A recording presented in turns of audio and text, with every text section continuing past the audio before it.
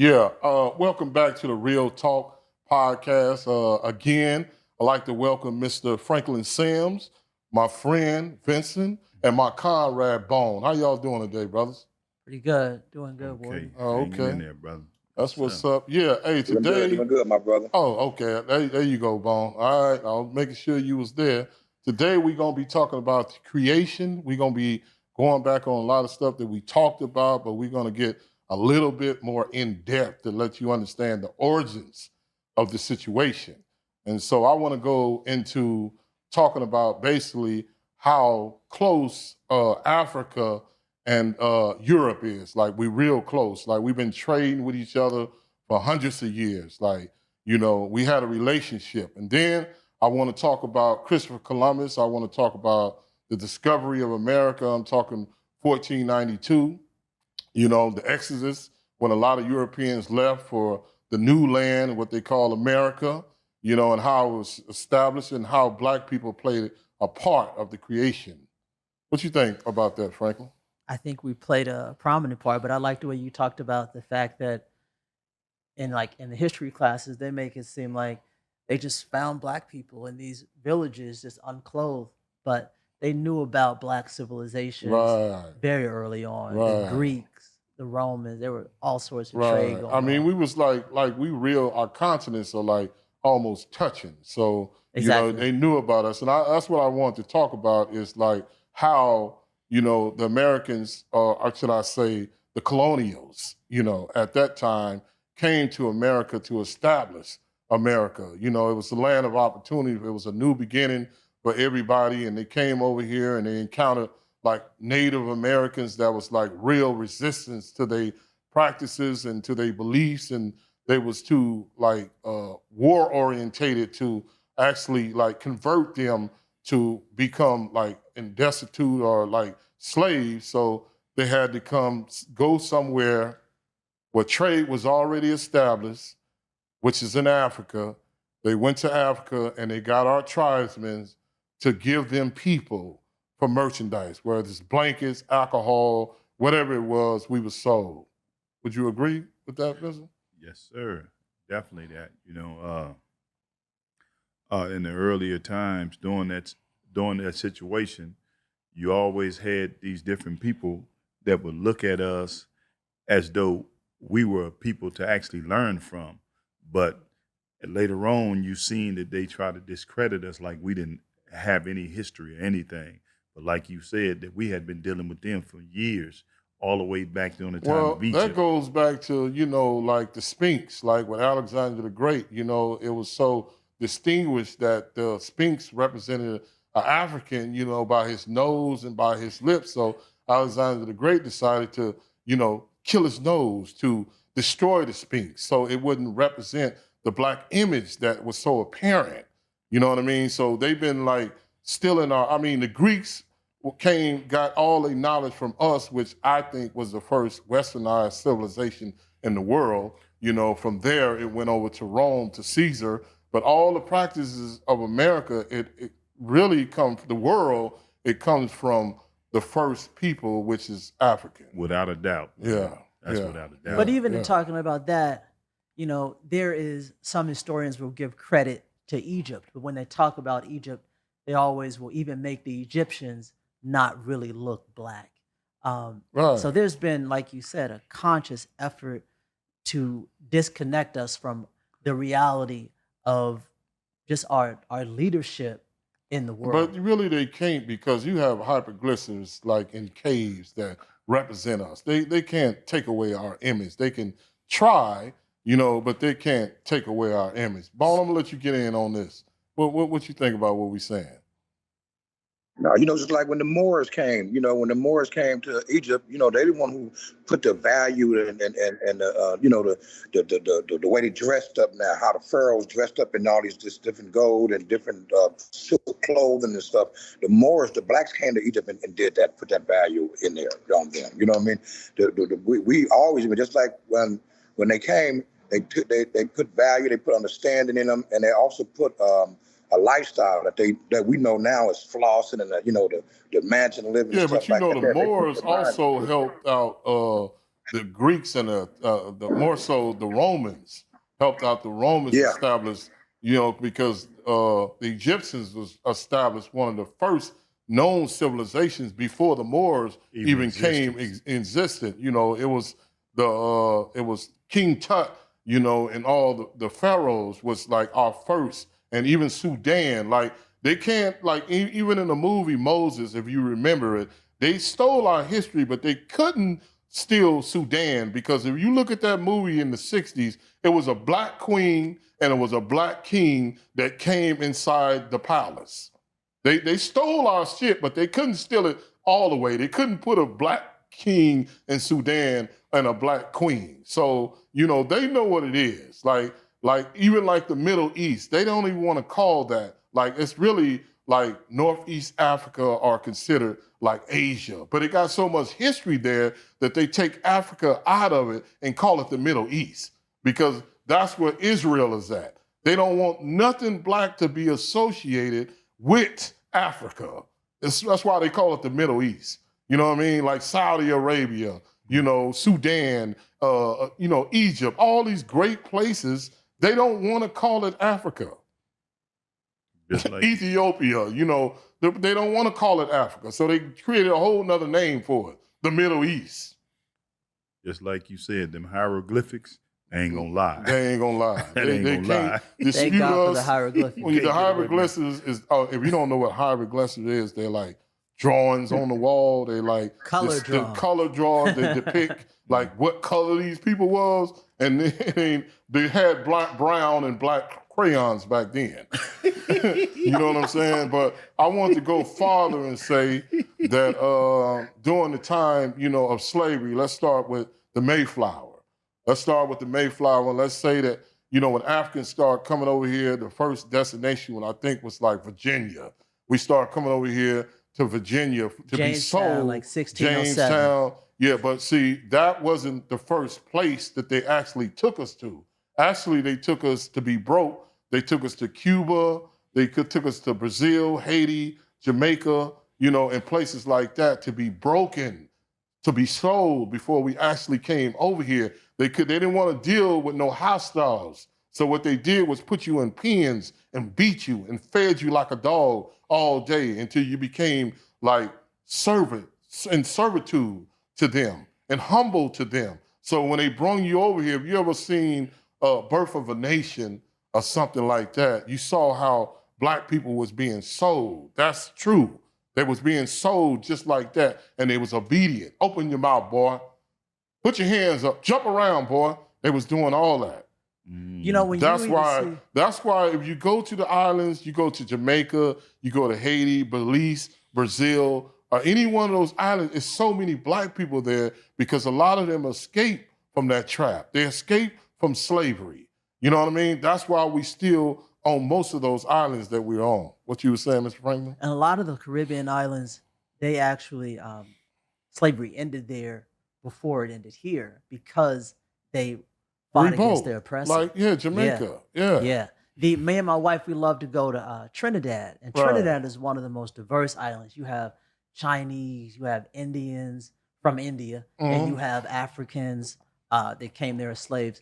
But what's interesting there is that imperialism, which is what you've been talking about, whether it be the British, whether it be Spain, they initially came to those islands, and there were, for instance, in Trinidad, they had what you call the Caribs, and they were little small Indian people. And they tried to get the Indians to work. The Indians wouldn't work. and they weren't strong enough and big enough to cut that sugar cane. Right. So they brought in the Africans. Not to cut you off, but that is exactly what we're talking about, is the Indians over here was too resistance to them. So they needed somebody to come over here that was broken. They broke us. They broke our spirits. They took our beliefs. That's why they erased our history, because they don't want us to know how great we are. And they needed our how strength. Great we were. They had to break our spirits, but they needed the physical strength of the... I'm looking at you right now, Warden. You are huge. Yeah. And that's what they needed, that strength, but they had to break our minds. But more so, they need that obedience. Absolutely. They needed that for you to be like less than them. I mean, that's why they took our quality away like human beings. They say we was 3/3 of a human being. So they reduced us to animal status to make it like in their face. Like if you ever get caught by a serial killer, and I'm just saying, and you look him in his eye and you start talking to him and he starts seeing you as a human being, it'll be more likely that you can escape than him seeing you as a thing. And that's what they were. They were serial killers. They didn't look at us like we That's was deep. human beings. They looked at us like we was animals. So therefore it justified. We were soulless. They took the soul from us. They say we was like subhuman.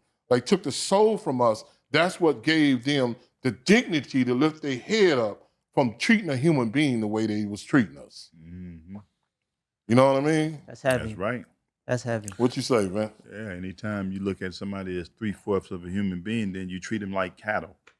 But even cattle, you didn't treat like that. Do you feel for a pig? When you see a pig in a cage, do you feel for a pig? I know you don't eat bacon, Yeah, but I get what you're saying, yeah, though. do you I get feel what you're for, saying. although you love pig, do you feel for him, Bone? Do you feel for a pig when you see him in a cage, bro? Or do you a cook? No. So I know you Bone just see him said as no. you just see him as a product, right? That's good eating. As a product. That's what I'm he is, looking at good eating, ribs, right? That's good eating. Ribs. That's what I'm saying. That's the way they saw us, bro. We was a thing. That's what we was. We was a thing. You know what I'm saying? So, once they take the ideal and make it that you not even a human, it justifies the means. To what extent do you think we're still viewed that way? Well, sometimes we actually degrade ourselves and our actions and the way that we treat each other. We degrade ourselves and we don't we don't stick together. We show them things that we are that we shouldn't show them. We need to get back to at one point, like in the 50s, we was unified. We was unified. We was all brothers. We had different, like we talked about before, we had leaders like Booker T. Washington. We had like Frederick Douglass. We had Martin Luther King. We had all these great leaders that Malcolm X. We have all these great leaders that unified us in thought. We had solidarity with each other. We was almost perfect. And then when the 70s came, it started like changing a little bit. We still was solid, you know what I mean? But we started like changing a little bit. When the 80s came, we really started wig waggling. You know what I'm saying? When the 90s came, it was a wrap. Oh, hell broke loose. It was a wrap, bro. It was like we start losing our focus. And that's why I want to talk about ideologies. I want to talk about democracy. I want to talk about democracy. I want to talk about communism, socialism, Marxism, Stalinism, Leninism. I want to talk about ideologies. You know what I mean? Like we are America, this is a democracy. And democracy is shared amongst a lot of nations like Canada, like France, like Germany. Those are all democracies. You know what I mean? To where you have China. China is communism. Russia is communism. Cuba is communism. North Korea is communism. So communism means that, if you want to move or you want a new car, you can't just go and move. You can't find a place to live and turn in an application. No, you have to go to the government and they have to assign you a house. But they provide certain things for you like health care and homeless people in China and Russia. The government makes sure that you can survive, but there's no prosperity. Right, there's no still a lot of prosperity. poverty. Like in capitalism, democracy is capitalism. It's prosperity.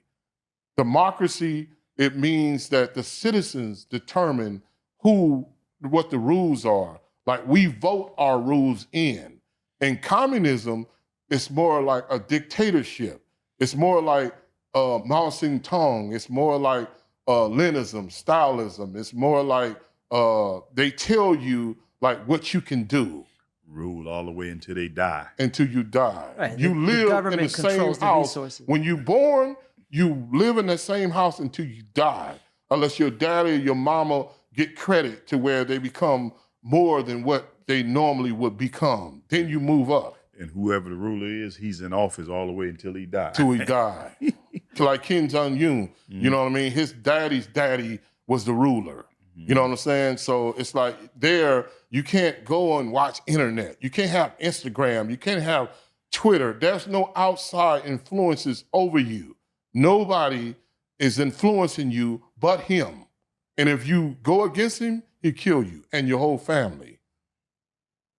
Yep.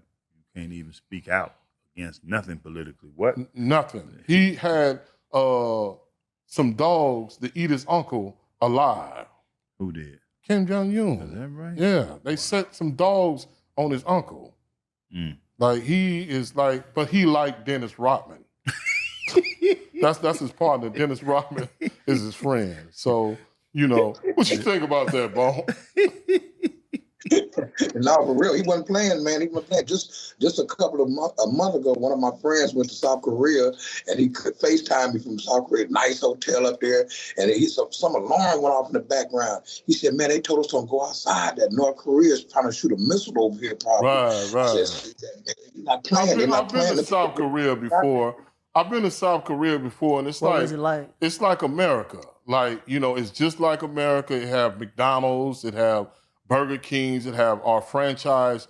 It's just like America, just like I've been to Germany before, I've been to France before, I've been to Sweden before, I've been to almost all the all the democracy unions, you know what I mean? And it's just like America.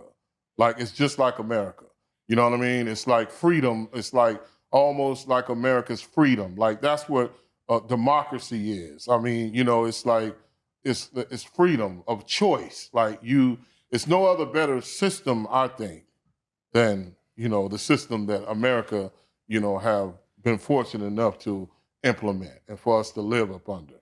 You know what I mean? It's a great system, but it's some injustices. But like we was talking earlier about our people, if our people come back to who we were before, we will assume the role that we had before. But when you lose focus of who you are, people tend to lose focus on you. So we got to return back to our greatness. We are great people, but sometimes like we lose sight. You know what I mean? So I think democracy is better than communism. You know what I mean? What you say, Franklin? I think democracy is better than communism, but what I think happens is at the end of the day, it's all about people and whether they're going to abuse the system or not. Right? And inside of democracy, what could be a good thing and a better thing, you place racism inside of capitalism and you end up with what we have now. And then it becomes morphed, because you would think that a state like California that's progressive and does things that let me ask you this. everyone, When you said that, do you know they just removed affirmative action, right? They just canceled affirmative action. The Supreme Court. So how do you think that's going to impact us? I think Vince made a good point earlier, because he said for Black Americans, affirmative action didn't get a chance to really take root, because during part of that time span, we're dealing with the crack cocaine epidemic. So then you have a whole generation that aren't benefiting. But how long have affirmative action been implemented? Like, how long have we enjoyed that, Bone? How long have we enjoyed affirmative action?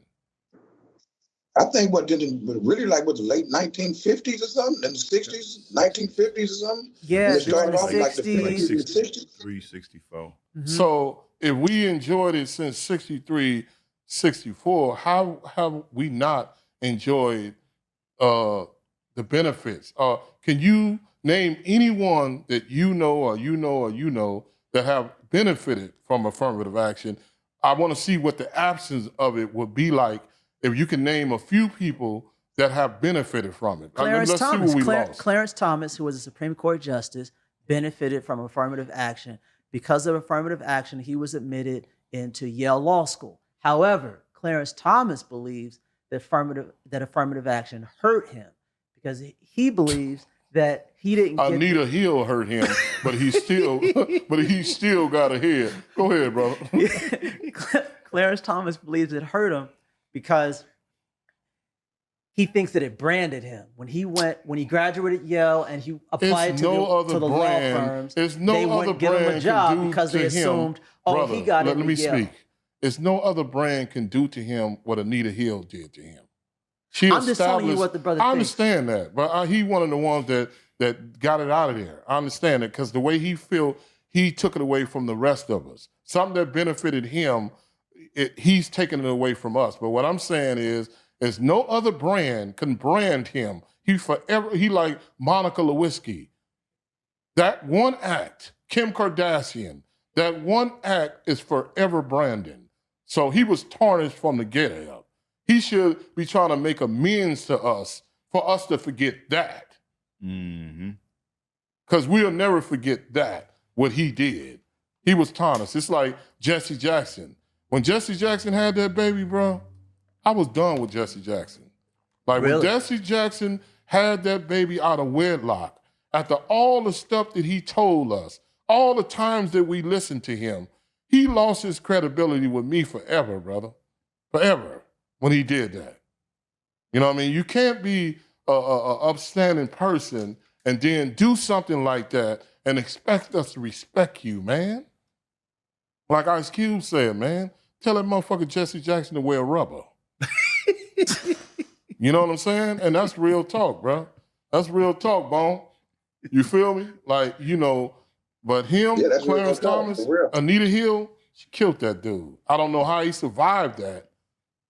You know, that's almost like what happened with Donald Trump when they was recording him, and he said, sometimes you got to grab the pussy. When he did that, you know, we got him. Right. You know what I'm saying? We got him. So it's like things that you do in life, it stays with you forever. He was already like disqualified to me, like Clarence Thomas. I don't listen to nothing Clarence Thomas have to say, bro.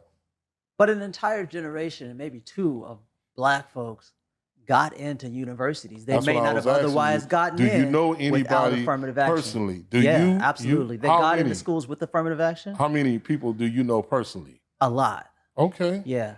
All right. I'm not in your world, so I don't know that. I don't know, actually, people I know that actually went to college, like I told you, was my sisters. They got PhDs. I don't know nothing about that world right there. I can say this, that it was a lot of people who didn't walk with Martin Luther King, didn't stand with Martin Luther King, that from other ethnicities that benefited as well. So it's a lot of people benefited from affirmative action that wasn't even African American. And there ain't nothing wrong with it. But the thing is, and saying that, Vince, when we spoke on the awareness party, the round table, it don't matter if you Black, white, Indian, or whatever. If you for the community, we for you. But as a people, we have to start with ourselves. You know, we have to start orientating ourselves back so we take precedence over other people that may be in our organization because we have immediate issues that we have to address with ourselves.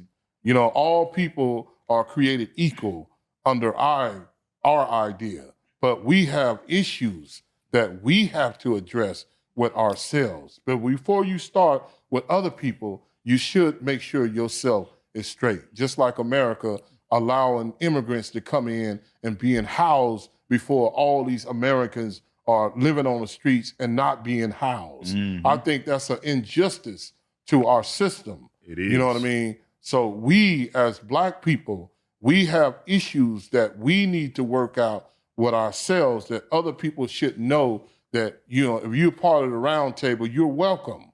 You're welcome. But we have to address our issues first. Help us with our issues.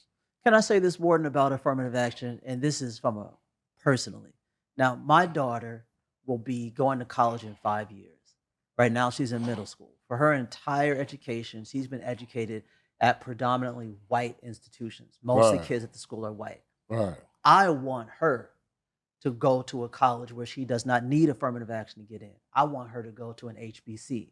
Right. And the reason is I need her to really learn what it's like to be in an academic setting with Right. black people and develop those black peers because, and that's not any hate to any other race, but my daughter has not really had an opportunity to be around blacks Like living we in Long have, Beach. like we did. And it's like that's crazy to me because I was talking to somebody that was younger than I was. They was actually like 25 years old, and they was telling me that when they went to school, it was predominantly Hispanics. You know, they was like the only like two or three blacks in the school. And I was like, where did you go to school at? Mhm. And he was like, Long Beach.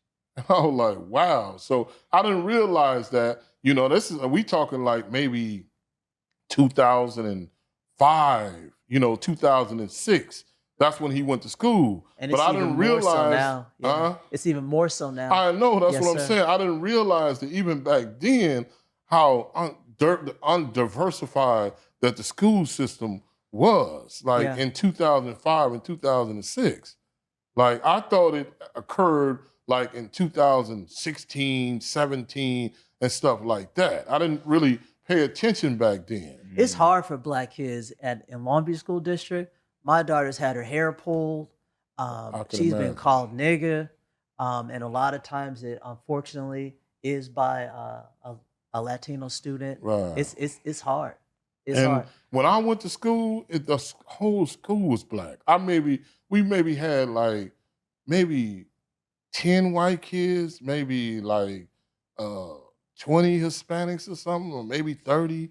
But it was like the whole school was black. Like I went to Roosevelt Elementary, Okay. I went to Signal Hill Elementary, I went to Lincoln Elementary, I went to Washington, I went to Marshall, I went to Jefferson, I went to all, because my family moved a lot. You went to So, Marshall. My daughter I goes went to to Marshall. Marshall. Right now. You know, all these schools I went to is because we moved a Mhm. lot. So there's so many elementary schools in Long Beach, but it was all black. All the schools that I went to was all besides Marshall. Besides Marshall. Marshall was like, you know, white. It was blacks there, but it was predominantly like white. But I can't really remember any Hispanics like going to any of those elementaries. Maybe a few, but not like it is now. Yeah, it's really changed. Right. Yeah, so I would like her to go to an HBC. And then what a lot of people don't know, and my brother, he's a counselor at Long Beach City College. Um, when you go to an HBC, the Ivy Leagues, when they are looking for black students, they go to the HBCs first. So you got a kid who wants to go to a Harvard or whatever, get your undergraduate degree at an HBC, and then go to law school, medical Well, school. let me at a say this Harvard, right Yale, here. Whoever decide to go to school, make sure that you get something that a computer can't do. Because AI is like on the rise. I mean, AI is like basically working at car manufacturing plants, putting the whole car together. It's going to be hard to find a thing a computer man, can't hey, do. You can go in some McDonald's and you got to order the food. It's animated and they send the food out. You know what I mean? They got like technology is so far ahead now that humans are going to be obsolete. Like shopping is going to be like all online. You know what I'm saying? They just going to deliver it like Prime and Amazon is like killing the game. We man. ought to like, do a whole episode shit. on I'll AI. order some shit, man. That shit come the next day. Like, man, where it come from? China? What the fuck? How do you do that shit? Like, the next you know day. what I'm saying? Like, man, AI is on the move, bro. Like, now physically they can't be a nurse. I don't think people are gonna allow machines to do operations, surgeries, and shit No, they on them are. as a doctor. They are. I know a lady who's having a hip surgery done by a robot. Oh wow! And she said she prefers it because she doesn't think it'll make a mistake. Well, it's almost like the Terminator. You know what I mean? It's almost like the Terminator, bro. In Doomsday, it's like once they become conscious that you know they exist, they're gonna start questioning us. Like when you say, you know, Alexa, this and that, and she turn around and say, "No, I don't think so. This is what it is right here." You know what I'm saying? What you gonna do when she start questioning you and telling you, "No, you wrong about that. You wrong about that." Like, hold up. You know, but they gave her such a nice name, Alexa. Yeah, but we just feel comfortable. When something get conscious, it's just like a man and a woman. You know, it's not a robot. It's not a perfect it's not a perfect match sometimes. Sometimes we have like different understandings of what we're trying to accomplish. So in any relationship of a thinking person or being or whatever you want to identify AI with, it can be a misunderstanding, and they controlling the missiles, they controlling the buttons, like they controlling everything that's a computer. You ever seen Lawnmower Man, Bone? Have you ever seen Lawnmower Man? Yeah. It's a movie called Lawnmower Man. He was a complete idiot. He was a total idiot until a doctor made him brilliant, made him so brilliant that he can go in and out of the computers, and end up controlling the whole world. It's like And he AI. was still an idiot, right? No, Lawnmower he Man was- wasn't. No, he Oh. became brilliant. He Oh. became brilliant, and then he synchronized himself in the computer. He synchronized himself in the computer and became AI. This is like 25 years ago that they made this movie. So like everything I that they gotta check that making, out. everything that like the Terminator, man, when they made the Terminator, when it woke up. iRobot. Remember that central computer? Humans are not capable of protecting themselves. So Exactly. we're going to take over. Yeah, They it's got like curfews that. and everything. AI, like it's some people that's afraid. Like some scientists I'm afraid are of it. afraid of AI because once it become woke, I mean, you remember it controls the computer. It Let can me tell do you- whatever it wants to do. Let me tell you what it did yesterday. My daughter was in the room and she said she had just woke up and she's like, I wonder where dad is. Alexa heard her say that and it said, calling dad. Call me, but my daughter didn't really know that called me. And I'm like, hello, hello. She's like, Daddy, is that you? So it's like, What? it's anticipating people's thoughts. She didn't even Man, ask it to bruh. do it. Bruh, technology, man. Hmm. I seen a dude on how my cam is? Uh-huh. He was on something like my cam, but he was flying. He was in the air, Vince. He was flying the thing. You know what I mean? So after a while, I say in like 10 years, Flying I think we're gonna have flying cars. I'm just trying to see, air traffic control, you know what I mean, and have like certain alignments that how are you gonna control They should all outlaw these it in people? LA. How are you gonna control all these people flying without hitting each other? LA is not ready for that. Fifth you know, element. Fifth element into the Jetsons, huh? Right. I mean, that's the way we going, bro. We going like real space age, man. But let's get back to what we were saying about the creation of the nation. You know what I mean? And we was talking about basic, like, let's go back to like the British. When did the British establish the first colonies in the United States, which was the 13 colonies, of the United States, and what came about the change, with America becoming America, in 1776, America became, which 4th of July is coming up, ain't it? That's tomorrow. No, not 2 days. It's Tuesday. Yes, Yeah. Tuesday. Okay. Well, in 1776, America established their independence from Britain. So they was under British rule from 1600s or. I think Vincent was 1607.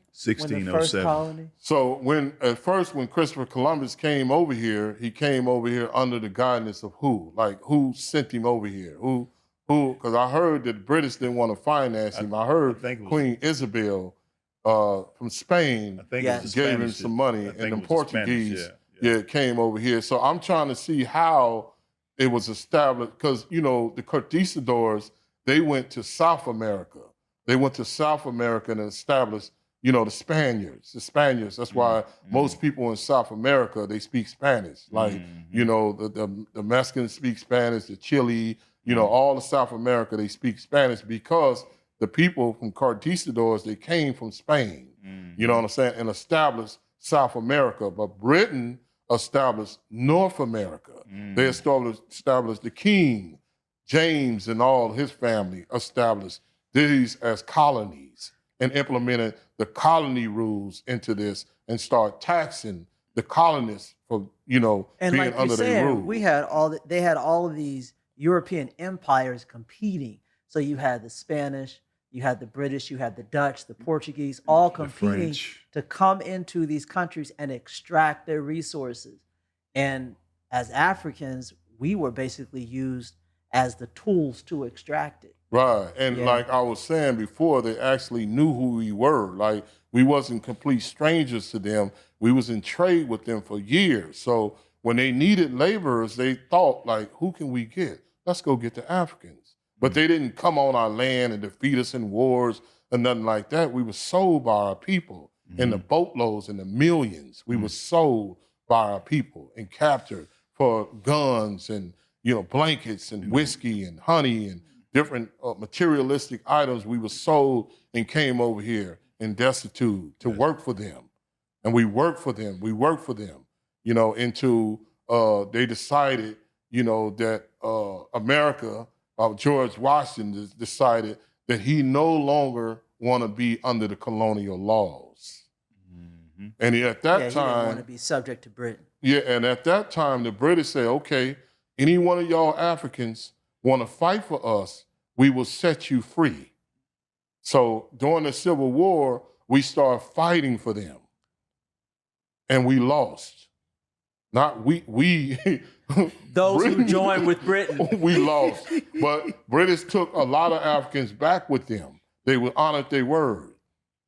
They took a lot because the king, he didn't care about a slave, really, because everybody was a slave. George Washington was considered to be a slave of the British king. Like everything he surveyed was his slave. Like the British was it's a little island, but they was powerful. I mean, they was smart. They was almost like the Romans. They was I will say the cream of the crop for the European nations. They was they owned Canada. They owned all kinds of interests. They owned interests in Africa. What they own, Vince? Jamaica, Belize. Belize used to be called the British Honduras. Right. Jamaica, that's why Jamaicans can be considered British citizens when they go over there. Right. So they the to this day. Yeah, the British was some It's crazy too real how intelligent people. how expendable we were treated during the wars, because the British were saying, "Hey, Africans, come be on our side and fight with us, and we'll give you freedom." And Abraham Lincoln did something very similar in the North. He's like, Yeah, but "Those I slaves think come in." Abraham Lincoln was more so when Nat Turner did what he did. I think a lot of white people got scared because you had 300 black people on the plantation with the family. You have maybe 4 overseers and his family, and then you have the family, the main family. They were scared, man. Nat Turner killed 57 white people. Them white people were like, man, we gotta let these people go And he was because they're gonna start killing us. So I think that was a big part because Abraham Lincoln, didn't he have slaves too?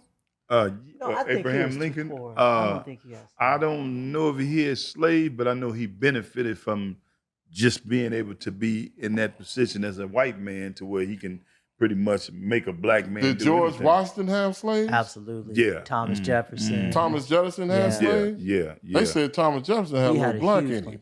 Yeah. Thomas Jefferson, he was He had a lot of putting black little, children. He's putting a little white in black women. I know that. Yeah. Right. So Yeah. he basically, I know George Washington got really fed up with the colonial idea and just established America. But throughout the whole thing, we was treated like animals. And I believe that's the reason why Haiti get punished today, because Haiti was one of the only countries that they ran them French, Oliver Toussaint, and they ran them. But when France bought Louisiana, they brought a lot of Haitians to Louisiana, right? That's where that voodoo and all that stuff come from. The Louisiana Purchase was bought by the French. I know because I'm from Louisiana. I believe I wasn't born in a county. I was born in a parish. Well, actually, Taj Mahone Parish actually, is what they call them. They don't call them counties. Actually, remember, the America on their head was compiled of certain states. France had Louisiana, like you said. America sold Louisiana to France. Louisiana Yeah, exactly. America America purchase. bought it from France. That was the Louisiana Purchase. France had it already. Oh, did they? Yeah, Right. yeah. Oh, that's why they was Creoles in Louisiana. Yeah, America bought it from them. Right. That's what I'm trying to. Oh, okay, because that wasn't part of the 13 colonies. But No, get this though, No, Louisiana. Vince, that's what I'm saying. It wasn't part of the 13 colonies. No, it wasn't. Yeah, No, that's what I meant. It was so vast. I think it it covered Colorado. I think it covered What? Utah. Yeah, hell Yeah, yeah, the it was Purchase. bad. France? Yeah, Yeah, I know, because the Louisiana it was Purchase. only 13 colonies. Yeah, I think it was yeah. Delaware. Yeah, What was it? Delaware, Virginia. It's something mostly like in the east. A lot of the East Coast. Yeah, a lot of the East Coast. It was only 13 of them. Yeah, You know, so yeah, that's it that's was enlightening, vast. brother. Yeah, Appreciate that. Yeah, a lot of people think it was just Louisiana. No, they had when they put the Louisiana. Yeah, Purchase, because if you there's 50 states Yeah. now, right? How many is it? 50 or 51? Well, if you add 55, ain't it? Hawaii, and yeah, Hawaii, it's yeah. 51. territories. So that's what I'm saying. Like at that time, it was only 13. British only controlled 13 colonies. That's It right. wasn't even called states. Mhm. It was called colonies. So Right. all the rest of that stuff was available, you know, all of it was available. Like, you know, at that time, the world was like new. It was adventurous. People, they thought that the world was square. They thought if they go so far, they will fall off the earth. edge. But when they found out and the word got out, people wanted to come over here and see what it was about. You know what I'm saying? It's just like, you know, it's like the 49ers, man. You know what I'm saying? Once they found out it was gold in California, everybody came, and now it's 40 million people here. And what a lot of them don't talk about when they came over here, black folk over here already. Yeah, see, I wasn't aware of that. Man, it was thousands of black folks. Matter of fact, they got some statues right now that they call them, the nickname of them is Joe Louis. They look like, in Central America, black folk, big old statues. Where is they located at? Where's that in? They're in South America. It's Oh, see, I know. I think in it's in Mexico, ain't it? I know we ventured over there with the Mayas and the Aztec. We was friends with them. I know we traveled to South America. I just wasn't aware that we came to North America. Yeah, it was a lot, You know what I mean? a lot of 'Cause black folk over here. Some that was- historians say You know, we the did. conquistadors, they changed the whole face of what the South looked like. Like, if you go to like Mexico, the city of Mexico, the people there are white. They're actually like white people. Spaniards are white. You mean like their skin? They are white. They are white people. Like, if you go to Spain, That's they yours. speak Yes, Spanish they and speak everything. Spanish. It's the same people in Mexico. In the city, you ever seen the boxer? What's his name with the red hair? Carmelo. Yeah, Carmelo Anthony. Yeah, they He called him looked Cinnamon. white. He looked just like a white boy. Carnelo, Alvarez. Yeah, That's the that boxer. Spaniard in him. Yeah. You know what I'm saying? That make him. If you go to Mexico, bro, the people are white. Now, when you come on the outskirts, the people are brown because they integrated with the Aztecs and the Mayas. That's what they did. Now, that's why you don't see no more Mayas and you don't see no more Aztecs unless you go into the hills of Mexico. You know what I'm saying? It's almost like, when the last time you seen an Indian? Only when I travel to the Midwest. When the last time have you saw an Indian was the question, my brother. I don't know when. I don't Yeah. know if I've ever seen an Indian except on TV. Native Like, American. A Ain't that Native something? American in person. I have, because we go to reservations and do shows. Oh, really? We go to reservations. The Indians allow my boss to come there and do shows. for Have you them. ever read that book by Lerone Bennett, Before the Mayflower? Yeah, I heard of He it. said 87% of the African Americans over here got Native American blood in them. Right, because they was nice to us, Vincent. They didn't understand Yeah, how so we a were lot so of- humble yeah. to the white man. They didn't understand that. They couldn't fathom, you know, how to be, you know, like certain languages, like say Spanish, right? Like certain languages don't understand like certain stuff. Like it's no way to interpret that. Like certain languages in Africa don't understand American language have so many different interpretations. But some languages, that's why some people make better soldiers than other people, because it's a lot of ways to look at stuff, you know, in American language. But in African and Spanish language, they don't have those different ideas. You either mean it or you don't mean it. It's no different. They don't have those different how you can replace this and They only understand like, no, they don't understand that. So they make better soldiers because either you with it or you ain't with it. It ain't no in between. Like Amistad. Remember? Exactly. He said, what is like a- Amistad. Like What is a lie? What did that he mean? didn't know like, what a lie was. No, he didn't know what a lie was, and he Never didn't heard of know like when they changed their mind about them being guilty and not guilty, he couldn't understand that. Yeah. It wasn't no interpretation for that. Even they had a translator talking to him in his language. He couldn't tell him what that meant. That could be translated. It can't be like certain languages. You can't translate certain things. That's why they be like a Mexican fighter. Like he be a good ass fighter, man, because he only understand to destroy. He don't understand like in the midst of boxing with you how to strategize like Muhammad Ali do. He don't know that. Like Sugar Ray, they got strategies to their fighting. Like Mayweather, he got strategies. He a great boxer, but sometimes he appear to be vulnerable, and he making himself vulnerable because he tricking you. He leading your ass up till he finna knock your ass out. But he gonna make you think that you got him. But Mexican soldiers and Africans, they don't have that mindset. They don't know, they can't think like that. There's no interpretation for that, really, bro. I think if we got back to that level of integrity, we could. We really can't go far. because we don't speak the language that they But speak. it's encoded inside the language. But their language don't allow, like it's a lot of different variations. Like say somebody over here is a snitch, right? He's a snitch. We don't fuck with snitches, but some people do, and they have their reasons to. But we don't fuck with snitches. Ain't no other reason why you should fuck with this snitch. But people come with, oh, I fuck with him because shit, that's my baby mama brother, little cousin, man. And he's a good dude, really back in the days, you know. Oh, no. It ain't no interpretation for that. You can't tell me that.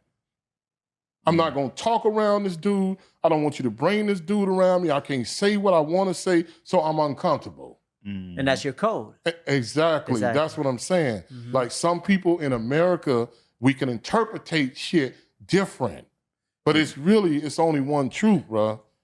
And that's the way, in their language, that's the way they see it. And when he's talking about an etymology, a lot of words don't exist in certain languages. You know, when they say lost in translation, you know, you might tell a joke and then y'all laugh and he said, man, if I try to tell it to you in English, it's not going to be funny. Right. Because he can't match a word in English to fit that. I don't think he understands what you're saying.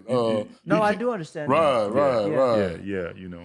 Right. Bone, you kind of quiet, man, and we ain't allowing you to speak one, bro. Tell us something, man. Hey, tell man, us something. When y'all get to talking that history, you know, I get to listen to that history because it goes way back deep. You know, like I said, now, my question was when they was talking about Christopher Columbus, remember Christopher Otters was a black man that was on the ship that said, we got land in front of us. You know, is that the first African American that died on American soil? Oh, that's the one at the Tea Party. Yeah.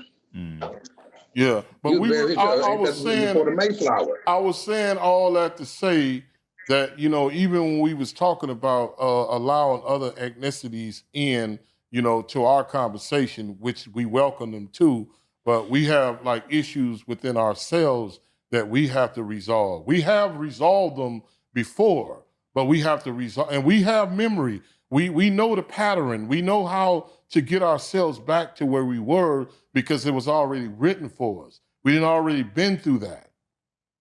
And I'm just speaking for California because California have the problem. You know, I don't know if the problem exists. We're going to find out on the road when we go to all these other places that we going to, Bone. We're going to find out how they living.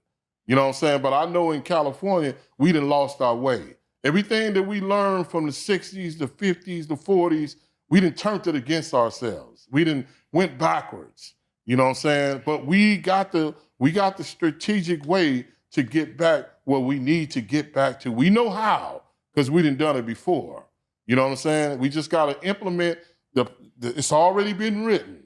But, you know, a lot of interest been lost. Like, it ain't a lot of NAACPs. It's not a lot of, you know, representatives for us no more. They didn't just, I don't think that they abandoned ship. I just think that, you know, the culture didn't change, and I don't think that they think it's worthy of trying to reach the people anymore because they erased us and we forgot. So it takes people like us, you know, to remind ourselves that we were and we are still great. And we need to get back to our communities, taking care of our people, implementing stuff that's going to make us grow. You know what I mean? Like programs, like we need to get to the problem center that we was talking about. You know what I mean? Different stuff that make us grow in our communities.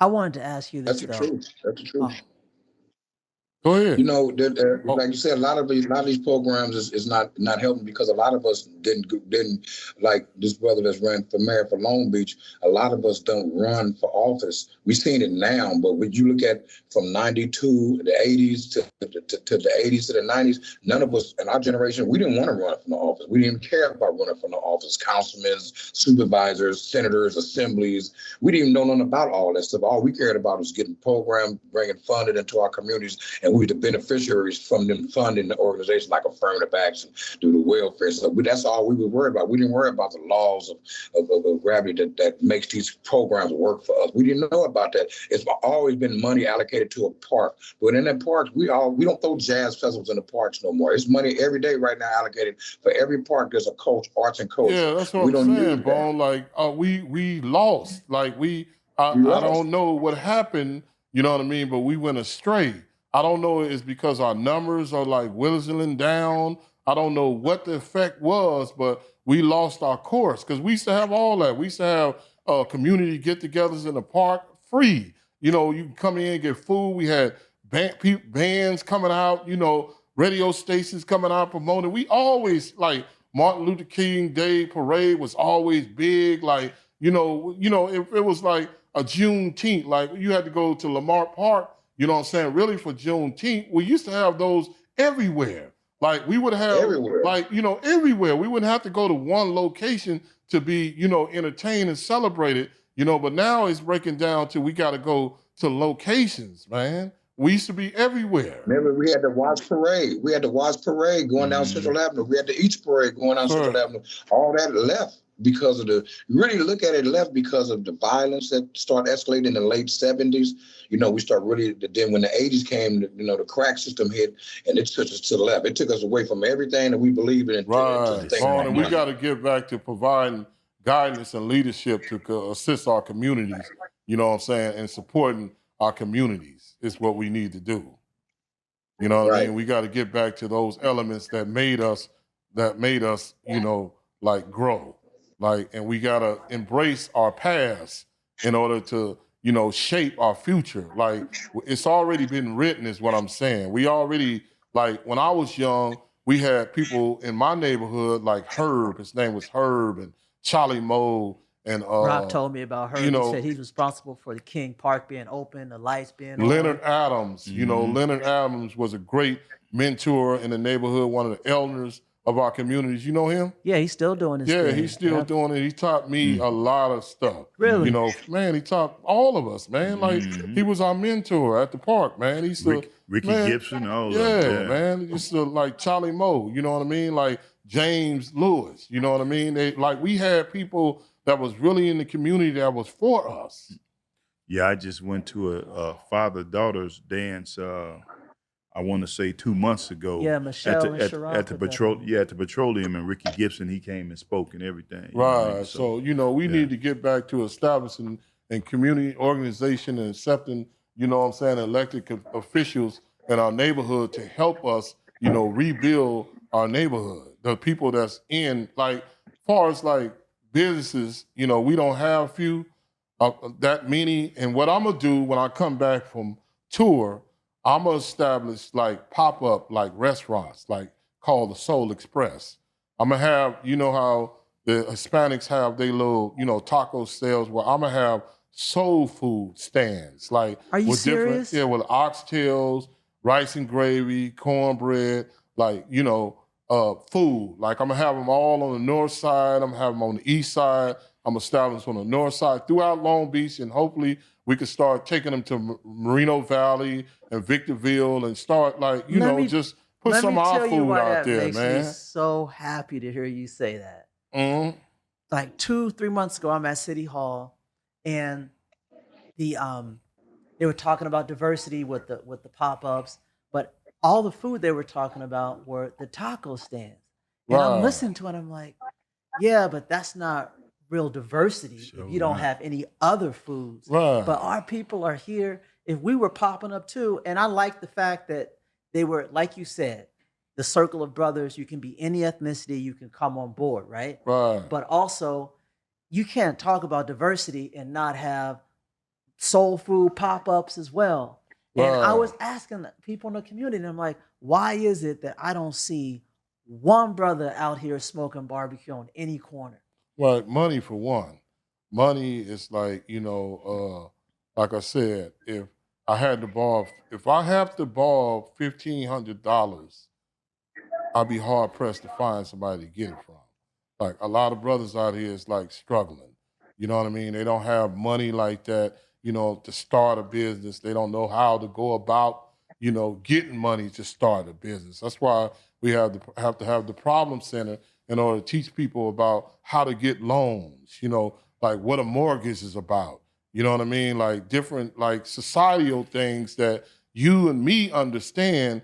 The brothers, like a lot of brothers, they don't understand. Like the conversation that we having now about history and about, different islands and stuff that we own and how we got there. And they Like need to hear it from you. Like they if need to your hear it voice from says it, us. yeah, We exactly. you need to hear it from us, from Exactly. the You go. circle of brothers. We need to have a circle of brothers in every state, and we can, like I said before, we can have one in San Diego. If they're 100 miles apart, like we the first circle of brothers. Like we can have one in San Bernardino. If they're 100 miles apart, be a circle of brothers. Like you can have as many as members as you want, but know that this circle is the number one circle to the brothers. The direction of the circle of brothers come from here.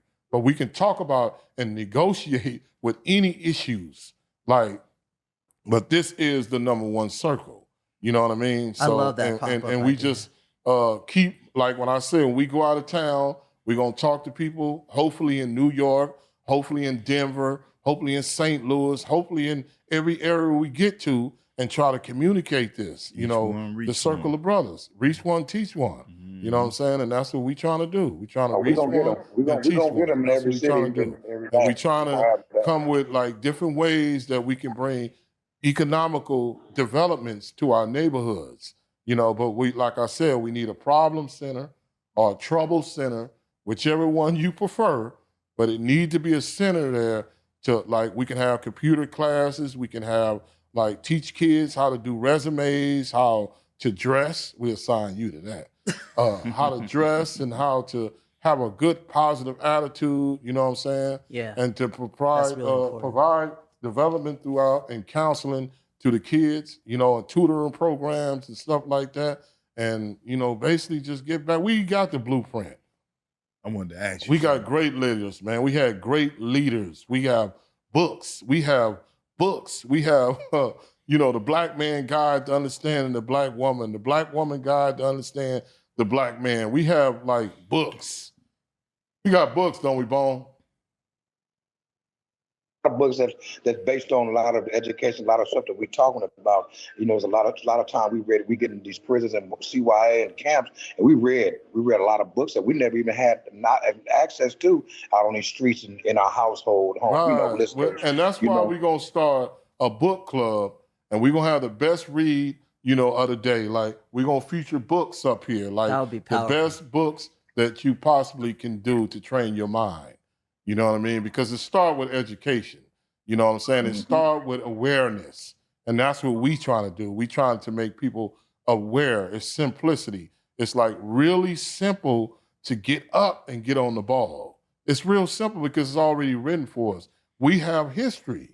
Yeah, I wanted to ask Yeah, you history. something. I wanted to ask you something too because our trainer of man, it would be real nice if we could start trying to find some sisters too to bring Oh, some yeah, of yeah, the sisters. circle of brothers. Let me say that. Yeah. The circle of brothers is not eliminating sisters. That's just the name of it. We invite all women, to join us as well. You know what I mean? So we're not being discriminatory and saying that women can't join because the name of it is a circle of brothers. We welcome all women. Yeah, brothers know what I wouldn't be mean? here without women. Yeah, So, we couldn't. Yeah, recognize no, that. we're not on that. So, yeah, That's yeah, a good thing. it's sisters out there now that's more, in tune than a lot of brothers Sure because is. they had to raise those kids, a lot of them on their own, you know what I mean? They had to be the father and the mother, you know what I'm saying? But a woman can't teach a man how to be a man. She can only teach a boy how to be a boy. It takes us, if he don't have a father, to teach him how to be a man.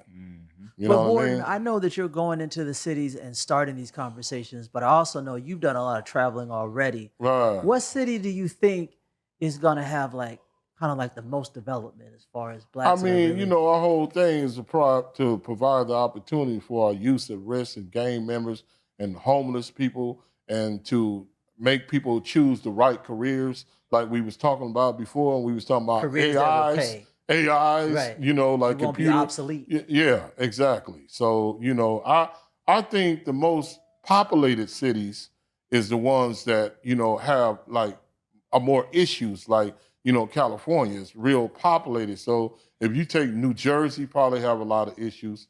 With St. Louis have a lot of issues, poverty, a lot of drugs went through there.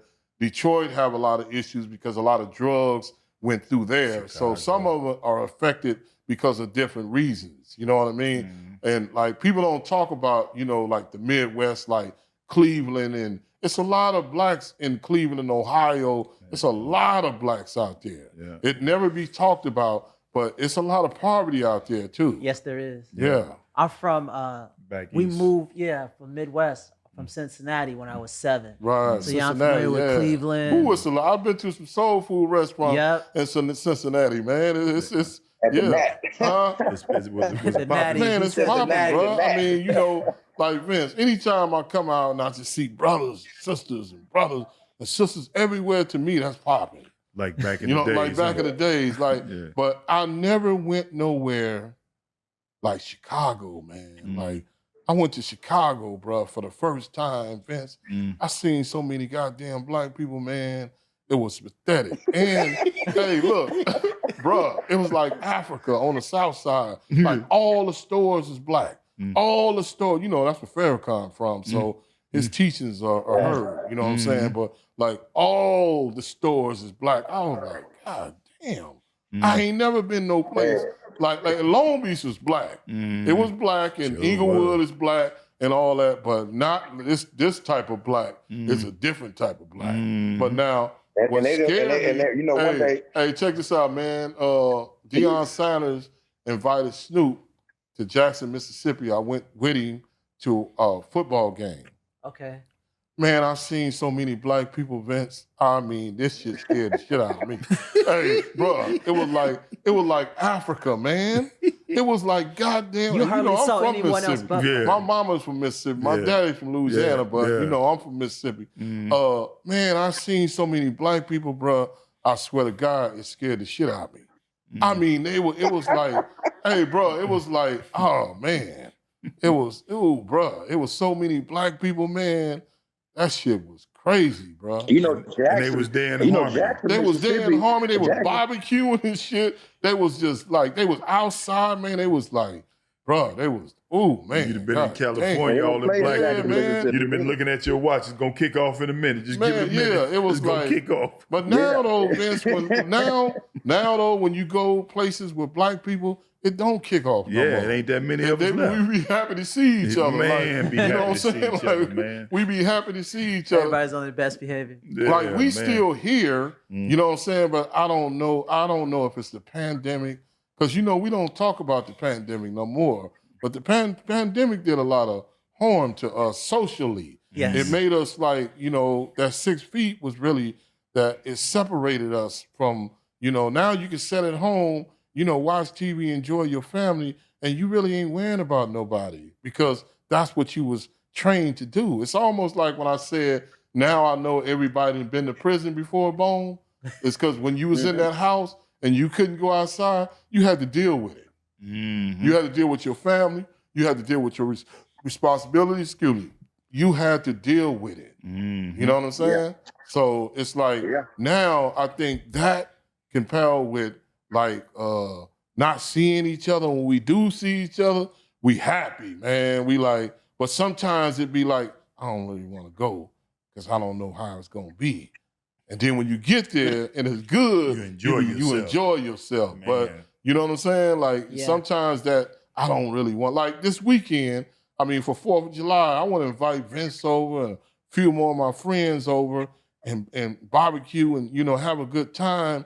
But then something telling me, you know, man, just stay at home, man. You know what I'm saying? And maybe, you know, you and your woman going, you know, to the beach and shit and watch the fireworks that night. But so I'm in between on, you know, somebody asked me what I'm going to do on the 4th of July. You're still working that out. I'm still working it out, brother. And back in the day, that was a no-brainer. Yeah, automatic. What you doing, man? Man, come on.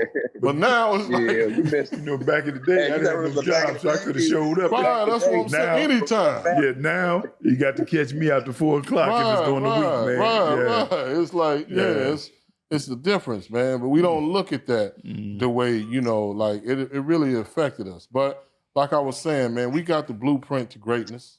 You know what I'm saying? It's real simple. You know what I'm saying? Life is simplicity. You know what I'm saying? It's just basically applying yourself to whatever has already been established. Just like when a kid go to college and decide to be a doctor, goddamn it, after 10 years or 6 years, he's a fucking doctor because it's already written for your success. If you want to be a nurse, the same thing applies. Anything that you want to be, you apply yourself, you get that degree, you learn that process, and you are that.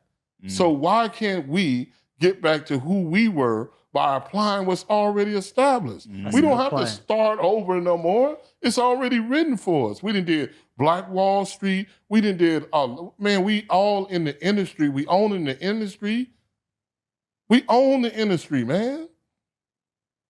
But we used to until they burnt it down. Yeah, I'm talking about we own the movies, we own the music, we own the industry. We own football. We don't literally own it, but we control it because we dominant in it. You know what I'm saying? Like, man, we great, man. We great. We great. Wouldn't be no viewers watching it if it wasn't for us. We great, Whether man. it's football, basketball, whatever, we the great. Williams sisters playing that tennis. We Tiger Woods, man. Come on, bro. You know, LeBron James, man. You know what I'm saying? Come on, bro. Like, you know, we great, man. We ain't no stopping us, man. We're at our best. We're at our best right now, this day and age. Like you said, with all the opportunities, all the stuff that we're owning. This generation now, even as adults and us, we know we find ourselves to be taking over the leadership role, and we find ourselves willing to take this task now to create our own version of life like we want to live it here in America. You know, we take control of it. It's starting to fall into our play now. You know. Right. I mean, hey, man, we got the blueprint, bro. Like, really, it's like we established, bro. Like, if you apply yourself, like I was saying before, if you want to be a doctor, goddamn it, go to Cal State University, UCLA, wherever you want to go. The professor is going to teach you how to be a doctor. That's guaranteed. We better start applying ourselves, man, because we done lost so much ground, bro. I mean, it's just sad. I mean, you see a bunch of young people, man, just out there. Right, that's what I'm saying. So it's basically like we got it and we got to just install what's already written, man. I mean, you know. I like the way you keep saying simplicity because I think one of the things that discourages people is they feel like, oh, it's too hard to be successful. It's too complicated. Right. But really projecting that and letting people know, hey, we've done this before. Right. It's not that hard. There are simple things that we can do to move I mean, forward. like I just said, That's man, powerful. if you want to be the best gardener in the world, go and get you a job with a gardener. And he's going to teach you how to be the best gardener in the world. If you want to be a musician, you want to be whatever, an engineer, somebody to go to the bottom of the ocean and build stuff so you can build up stuff. You know what I mean? You can do that. You could be a welder. It's knowledge for that. We have the knowledge to create a society the way it should be because we had it before. So it's the things that you don't understand is what make it simplicity. But when you understand something, it's simple, man. Yeah, I think it's a matter of leadership. Fix. It's a matter of leadership. Yeah, that's it. And the leadership have dwindled. We don't have that. We trying to establish just, you know, basically, if you don't want to, get with us, at least give us a listen. At least listen to what we saying. Because I think what we saying is worthy of that. You But know what one I'm of the things you're saying? saying is you're not asking for a handout that you see a lot of the Democratic Party offering people. Right. You talk about how well we're doing in southern states that are Republican. You're Right. talking about entrepreneurship when you talk about pop-ups and things like that. Yeah, And we if we talking give our about community that, those are actual awareness. that's Like most people ownership. that come at you, they want something from you. I don't want nothing from you. I want to give you something. I want to give you the knowledge, and I want you to be aware of what you're doing, to at least have that advantage, to know that you can make it. You know what I mean? That the world is not set up for you to lose. The white man doing this and no, you doing that to yourself. If you don't like the white man the way you say you don't like him, stop giving him a job. Stop going out and committing crimes because you putting him to work. When you go see the judge, you the one who gave him the job. Now he gonna Right. judge over you. If you want to put the police out of business, if you don't like attorneys, you don't like the district attorney, stop committing crimes. I bet you they'll lose their job and they'll start coming to you like, why you ain't doing what you used to do? We the one who employ them. They work for us. So stop That's committing right. crimes and you will stop seeing the police. Please For do real. it because we'll stop seeing them in our neighborhood. Man, And You we know what I'm can saying? Yeah. and we You- can Yeah. focus sure on would be building. nice. Yeah, if we Focus on stop building. committing crimes, and then now they just allowing like kids, and I sent y'all that thing about the crimes that they're not going to be prosecuting from, right? Yes. For, right? Okay, Thefts. now they're Yeah. creating bigger criminals. They're not going to take you to jail if you go inside of a shoe store, grab 10 boxes of shoes, and go out. They're going to release you. They building you up to rob a bank. Because they don't want you for 6 months. They want you for 30 years, years. decades. Because they're not More. going to make money off you in 6 months to 2 years. That's not money. They want you for the rest of your life. And especially if you're young. So condition them to be criminals by stealing small things, letting them off. Right. And then to make Until them they think- graduate. until they graduate and start doing those big crimes. And when they Start get it- you, start they're going to keep escalating. you. Wow. Start Yeah, escalating. that's what that is. They don't Wow. want you 6 months, 2 years. They don't want put you on probation. That's costing them money. They When already- they get you, it's like the feds. Like you could sell drugs for 10 years and the feds will watch you. They'll see you on these private planes, these big houses, all these goddamn cars. They'll watch you until they know everybody that you that you with. They track your phone and all that shit, man. I got a letter. My phone used to be tripping, so I used to be talking shit just in general, because I kind of figured they was bugging my motherfucking phone. 18 months later, I got a letter from the FBI, the 77th Division in Los Angeles, saying that we've been bugging your phone for the last 18 months, and congratulations, because you ain't doing nothing wrong. What? And we gonna stop bugging you. Wow. They do that, man. So, and I Yeah, they wasn't did to me even like that. They selling did to no me like drugs that. They or none of did. that shit. I was Yeah. talking to people who were selling drugs. I was talking to people who were selling drugs. So in association with me talking to them, and I had a little money, so they probably thought that I was spending them, the money to do what they was doing. So they was monitoring me too. Right. Thought But you I was kind of funny. knew it because I used to hear people talking in the back of my damn phone. You hear that click? I hear that. I hear mother. Yeah. I hear that shit, Vince. I heard it. You know what I'm saying? I said, these Waiting for motherfuckers- you to slip. Man, in 18 months, they sent me a letter and said that we was monitoring your phone. Wow. And congratulations, because I'm an upstanding citizen. How'd that feel? It's just like I knew that they was doing it because I knew some of the people that I was talking to was doing some wrongful shit. Was in the life. It was in the life. So that's how they bug you.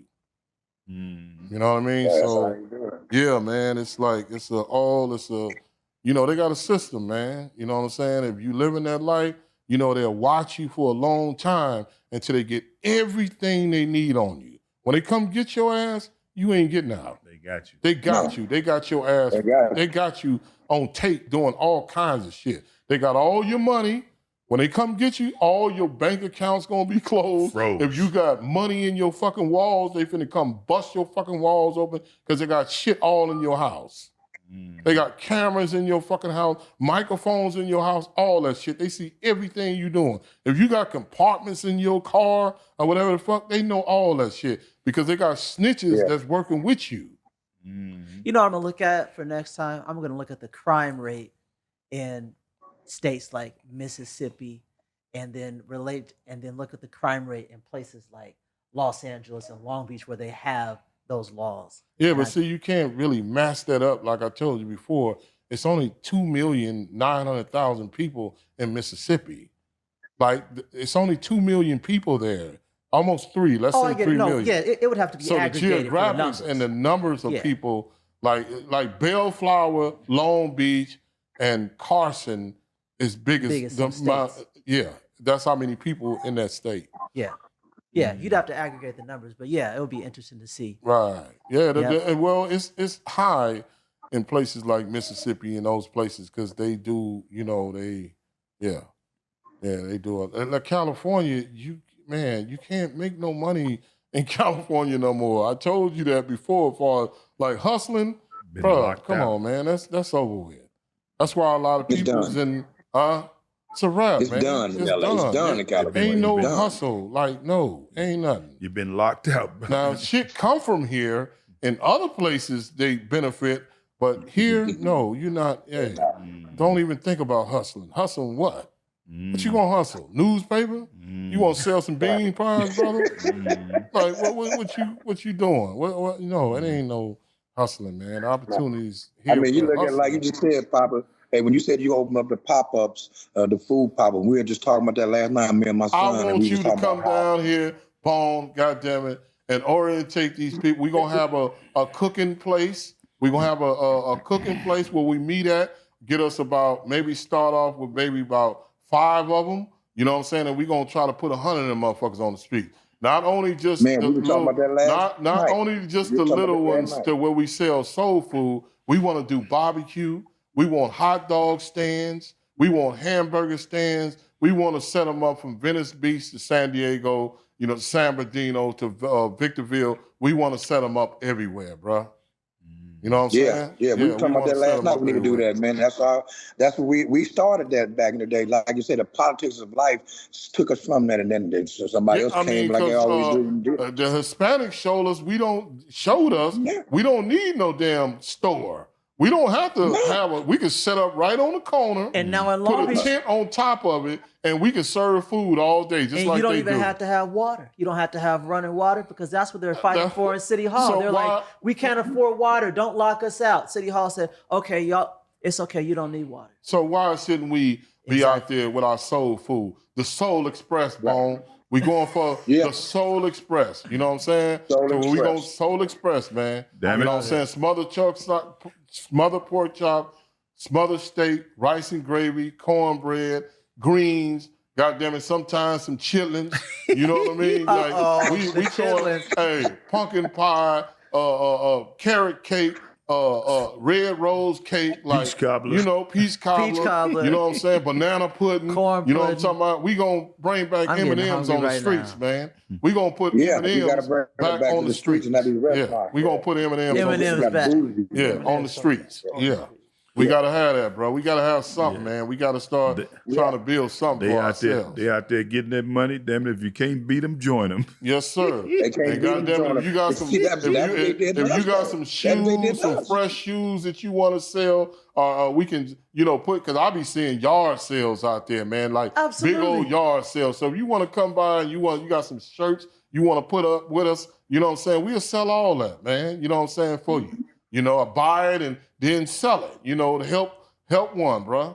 You know what I'm saying? Help our young entrepreneurs I'm if looking they're at trying to consignment sell stores and clothes stuff, or yeah. shoes and we like it, you know what I'm saying? We'll buy it, and sell Hey, it. you know what we don't have? We had the biggest aspect. You ever notice that we don't have no black consignment stores? Every time you go to a consignment store with clothes and shoes, it'd be these white folks in the outskirts. But we don't have. We got the most clothes that we'll give to these little corner bins of Salvation Army. They gonna sell them. Why we just can't clear all Look, clothes Bone, out? hey, really one good thing point, about us, Bone. one thing about us, we buy more shit than we need. We buy shoes, Exactly. clothes. We are the biggest consumers in the world. We ain't too big on saving our money. We want to go out and buy clothes, buy clothes That's and tight. I got shoes. to So get that I fit. don't, yeah, that's what I'm saying, the fit, man. Like, we buy clothes. So, hey, come and buy from us. If you see us Yeah. out there and we selling what you like, come and buy from us. That's what we Yeah. doing it for, to bring money back to our community. You know what I'm saying? Yeah. Yeah. Yeah. That's what we doing. Keep it in the head. Yeah. Yeah, Yeah. I'm with that. Yes, sir. I love it. That's gonna be one of our missions when we come back after this tour, man. But our mission Soul on Track. that tour is holler at us. You know what I'm saying? Get at me. You know, let's sit down, let's talk, let's get this round table together. You know, let's start making Yeah. sense of stuff that ain't making sense. That's And what you'll I'm be coming going up with. from July to the end of August on this tour. Remind people of what's happening though. What you mean? Like, what's the process with the tour? What you're I expecting mean, to happen? basically, I done already went over that. I'm gonna put up stuff they can get at me at Doggy Style South. DM me, you know what I'm saying, if you want to have a sit down with the warden, you know what I'm saying, and be part of this round table. We welcome all, you know, colors. We colorblind, you know what I mean? But remember that we have to, as Black people, we have to pay more attention to ourselves because we have problems that we need to fix. So we're not taking away from any other ethnicities, but we got to try to fix our problems first. Mm-hmm. You know what I mean? Yeah. So we welcome all No, for real. women. We welcome students. We welcome anybody to help us, you know, in our process of growth to reach our people. Right. Yeah. That's what it Just is. the real Black Lives Matter. Yeah, the real Black Lives Matter. You know what I'm saying? Black awareness. Almost, yes, sir. Like democracy. You know, we are the citizens, you know, that need that sit down and that voting our own ways in. This is not a Democratic process or a Republican process or even an independent process. This is a people's process. And that's Yeah. crazy. You said we're the citizens because before anybody migrated to be an American, we was here, man. Yeah, we We was was here. here, man. Yeah, we was here. Underserved, but we was here. Yes, sir. But we didn't reach pinnacles, you know, of greatnesses. You know what I mean? We have saw it in Cindy Poitier. You know what I'm saying? We saw it in a lot ahead of Barry Fonte. We saw it in a lot of modern people. You know what I'm saying? Our people that have reached, Bill Cosby and all of them. Bill Yeah. Cosby, yeah. You know what I'm saying? Tyler Perry. You know what I'm saying? My boy Snoop Doggy Dogg. You know what I'm saying? Yeah, Dr. Snoop Doggy Dre. Dogg, yeah. You know what I'm saying? All of them have reached that mountaintop. Mm-hmm. You know, they there. You know what I'm saying? Like kings and queens. You know what I mean? Yeah. They was sounding. Now that we the Is tribe. that true that Now we Jamie the tribe Foxx now. We coming with the tribe now. hospitalized? Now, and there's Yeah, nothing wrong with Foxx that. been in the hospital. Yeah, they was telling me Vince about was that. asking, is it true about Jamie Foxx being in the hospital? He's not Jamie out yet? Foxx, I think he Man. did I don't know what his health is, but you know, That's been I a think long he time, okay man. though. Praying Yeah, for I your think- brother get well. Yes, sir. Yeah, Jamie's a cool dude, man. I had Yeah. the opportunity to Jamie's meet a him. good dude, man. Him and Snoop, you know, did a movie in Atlanta. We was there with him for like 60 days. He's a funny dude, man. Yeah, He I remember. always. Man, I remember when he went to San Quentin, and He did played the show? he was talking about when he was going to San. This was when he was just getting started, and he said when he was going up in there, he was telling some of the white people that he was going to San Quentin, and he said, "Aren't you just scared, Jamie? Aren't you scared?"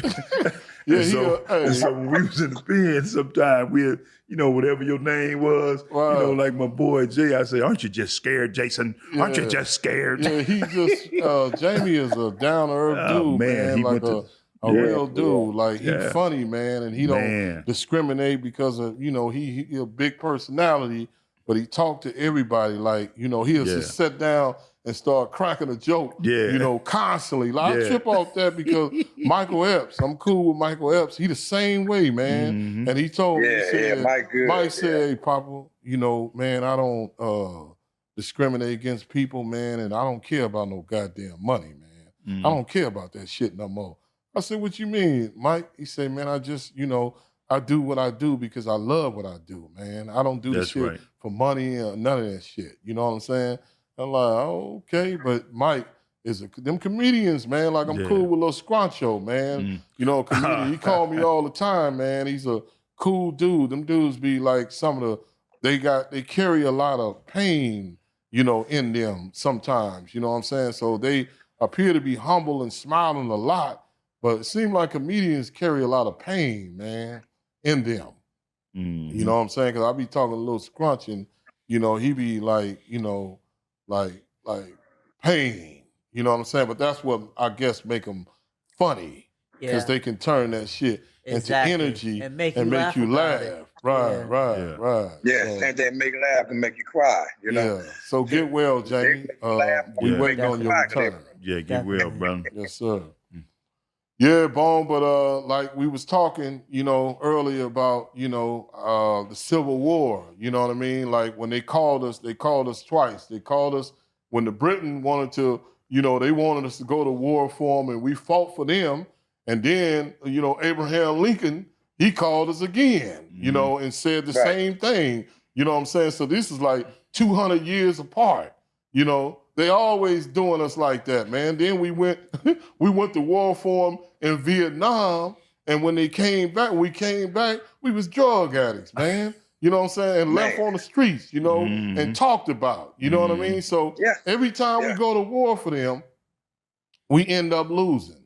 We lost You know, 1776 into 1865, and then when they freed us, we still had to go through damn near 70 years of the Ku Klux Klan. They turned the Ku Klux Klans on us after they freed us. yeah. We got to Yeah. keep these niggas in line. United Supreme Court. You know what I mean? Just now. Affirmative action, out the door. They just, Out the door. I mean, you know, they took away women's right to choose. Roe versus Wade, right? Yeah. Roe versus Wade. They didn't just eliminated that. Like, but in a way, you know, for our growth, you know what I'm saying? I'm kind of happy. Yeah, You know we what I'm don't saying? need- Because so we can see more Black lives, because Black lives do matter. Vince, you said that our abortion rate was higher than everybody else's. Yeah, it was. You know, You when know? I was looking at this thing about eugenics and everything, and they was talking about the percentage, you know, Asians being something like 12, 13%, Hispanics kind of close, and blacks made up like 49% of women that was aborting their Man, babies. that's like, bro, like I said, man, I ain't seen a Black woman pregnant, man, in a long time, I saw bro. one yesterday. Did you? Yep.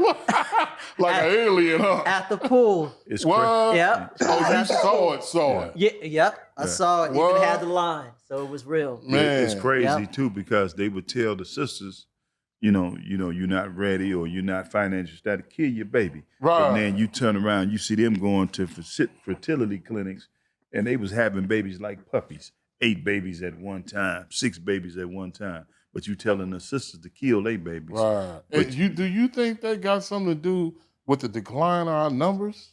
yeah, because all that has I something mean, to do. even with the schools, like the attendance in the schools, how we are less than them. Do you think that have something to do with it?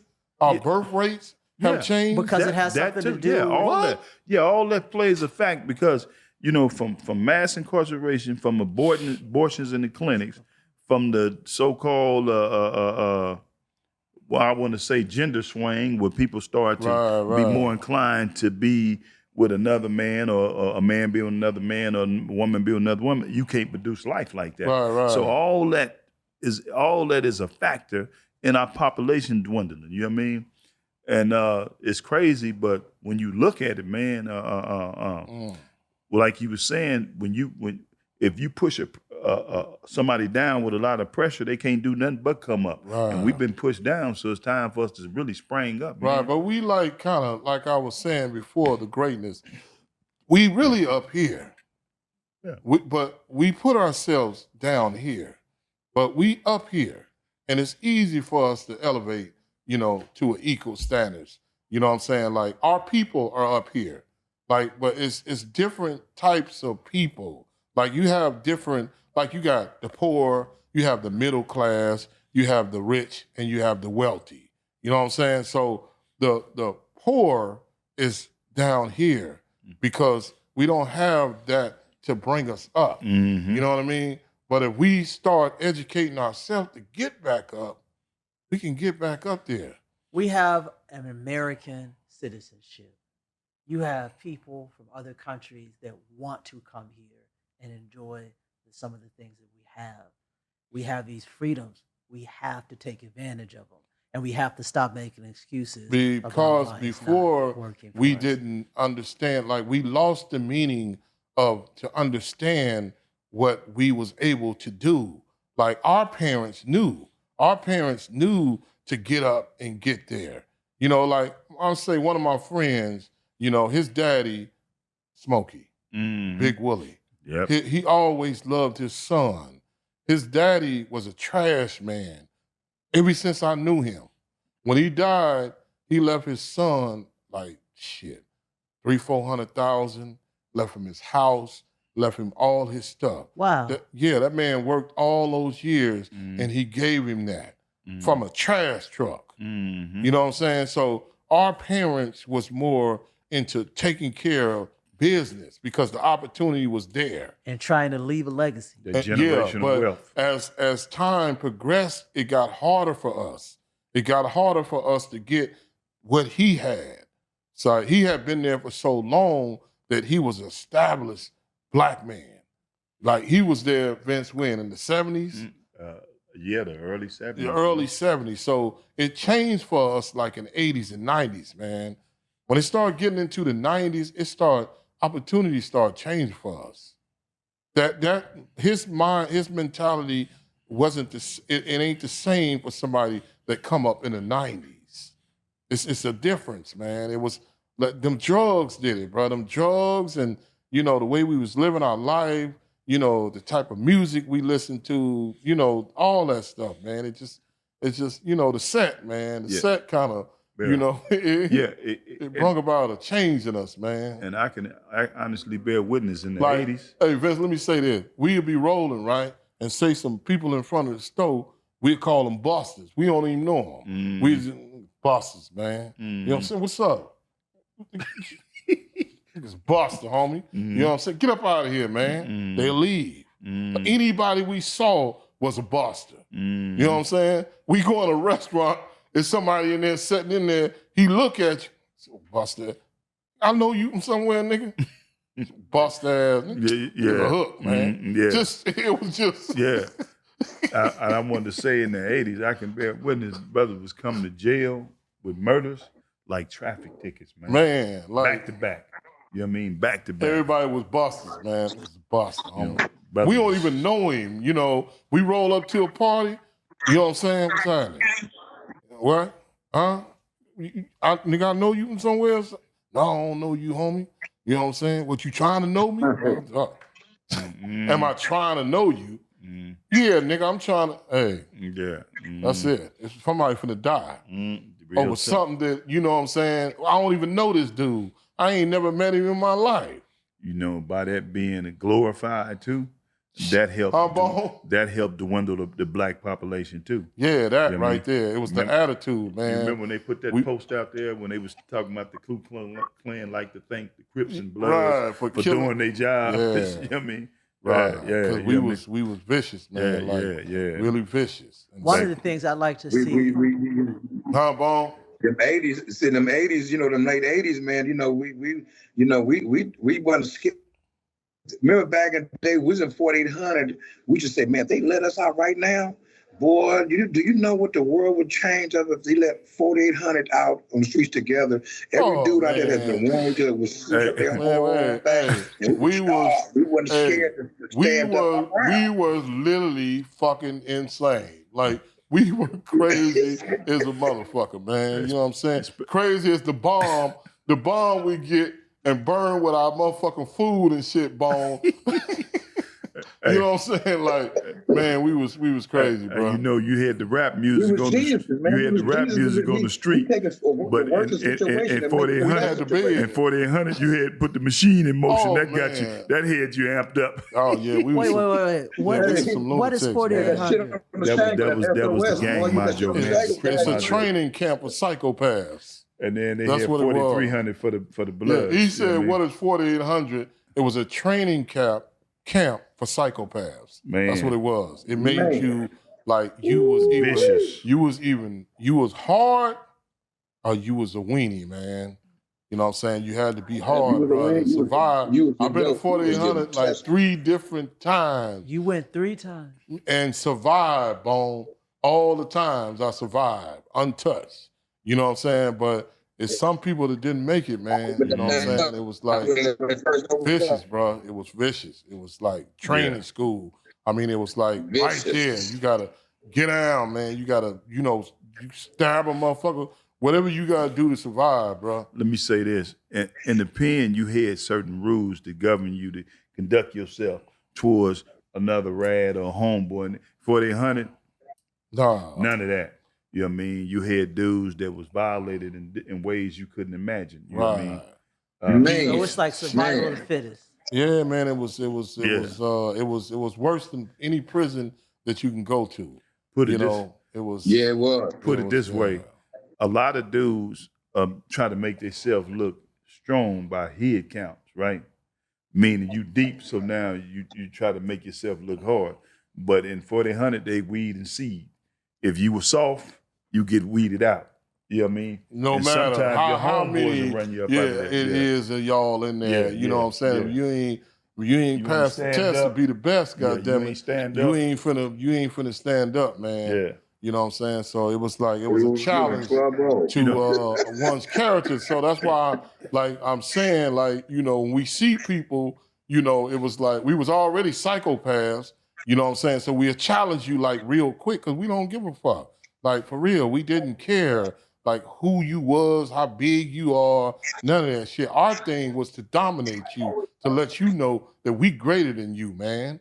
You know what I'm saying? We smash on you, man. We do this, we do that. It was like a stupid way of thinking, bro. And he know. And it's a stupid way of thinking. It's that thought, I don't even think they have what we had. They don't have as much as courage as we have, but they more crazy than we are.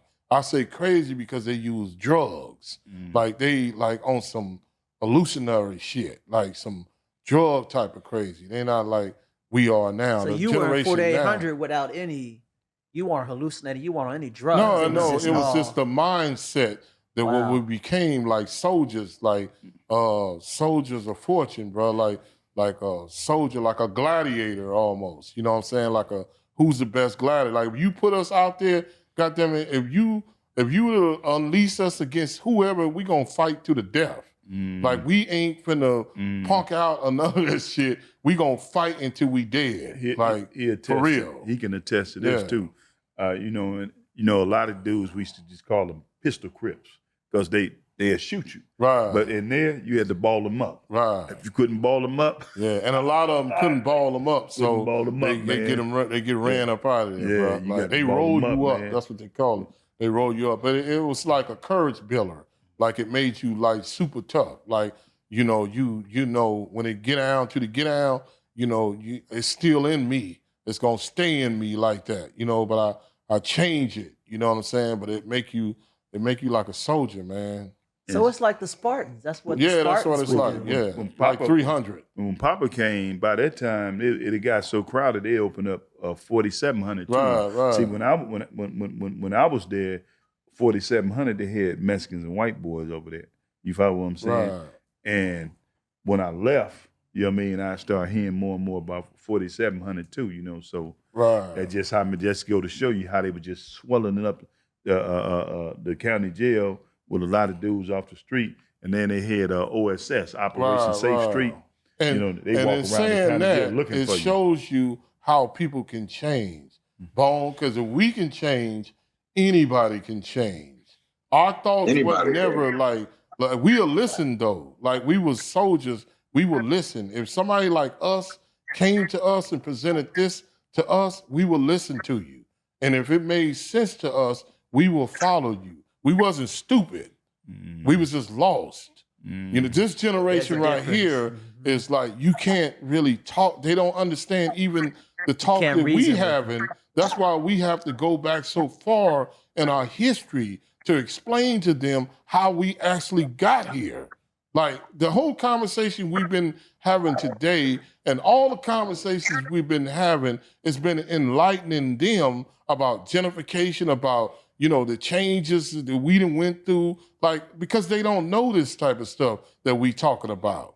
They don't know the simple stuff, like we talking about how black people got on islands, how we got to Belize, how we got to Jamaica, how we got to Cuba, how we got to all these different Hades, all these different islands. They wouldn't be able to put 2 and 2 why it's so many black people on islands. They don't know that. They don't know what they know. We came from Africa, but they probably think that they went over there and just got us and threw us in a boat. They don't know that our people sold us. Man, white folks wasn't able to go into Africa and just take us like that. They didn't surround the whole Africa up. No. We was like carefully monitored to the boat. Strategically. We strategically monitored to the boat. They didn't come in the village and grab us. No, we wasn't dominated like that. We would have killed their ass. We would have killed them fools, man. Back then, the gun don't load up like it load up now. Right. You know what I'm saying? They don't got no machine gun to shoot us down. No, we would have arrowed their ass to death. We would have killed man, if we would have knew how they was going to treat our people when they came over here, man, we would have never gave our people. They lied to our people and told them we going to take care of them. You know what I'm saying? We going to take them over there and we going to feed them. We're going to give them jobs. We're going to help them. They lied to our people, man. So just simple knowledge like that we've been spitting ever since we've been together as the round table, you know what I'm saying? From our first session, we just been enlightening our people into our struggles and bringing them up to date because they don't teach this type of shit in school.